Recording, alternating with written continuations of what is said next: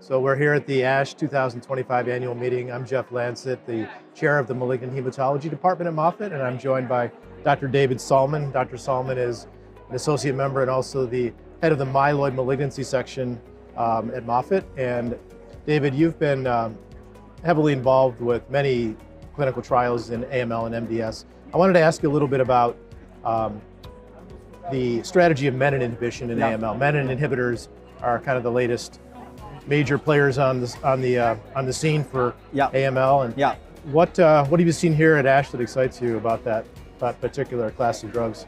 Yeah, so I mean, we now have two approved agents. We have both revumenib, ziftomenib, for NPM1 for both, and for revumenib with KMT2A.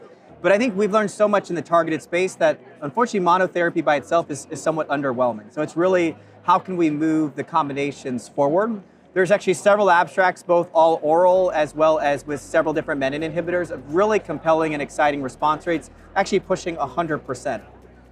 So I think the sort of race to the future is how can we optimize therapy for our patients. There are actually phase 3 pivotal trials with 3 different menin inhibitors, both for IC and non-IC. I think there are some differences. There are a lot of art in how we manage these patients from a toxicity perspective, but it's really an exciting time for the NPM1, KMT2A mutant patients, and maybe even some other molecular subsets going forward with menin inhibition. So tell us a little bit about the work you're doing and the trials that you're running with this class of compounds and how you think it might move the field forward and how we can use these drugs together.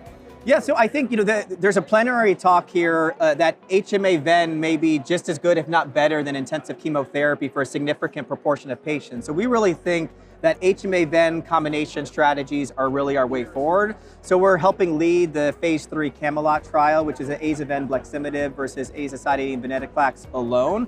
So really, I think these are huge trials. We need as many patients to come to our center to enroll these trials as soon as possible, but really excited by the combination data. And the hope is not just that we're improving survival, but can we really have the chance of cure in patients that are, not fit for transplant. I think it's really the wave of the future.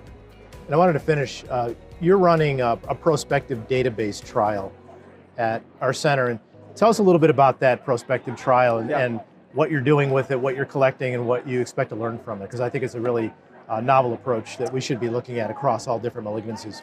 Yeah, so I think for a long time, myeloid disease, are you like fit, unfit, are you low risk or high risk? Really, this is all silliness. There's extreme amount of personalization, and really the art of managing these patients is really on a patient-specific level. So maybe next month, a brand new drug comes out for a new target. I think what's nice in the database that we're building is not only do we have the largest clinical database in the world, but we're now prospectively collecting both pre-therapy and post-therapy up to 5 assessments, bone marrow biopsies. So, we're actually doing some really great collaborations, both you're looking with revumenib as well as imetelstat. Can we answer key biomarker questions? Can we pick the group of patients that are going to be best sensitive to different therapies? Or again, a new drug comes out, hey, what about target X in patients that have MDS with this?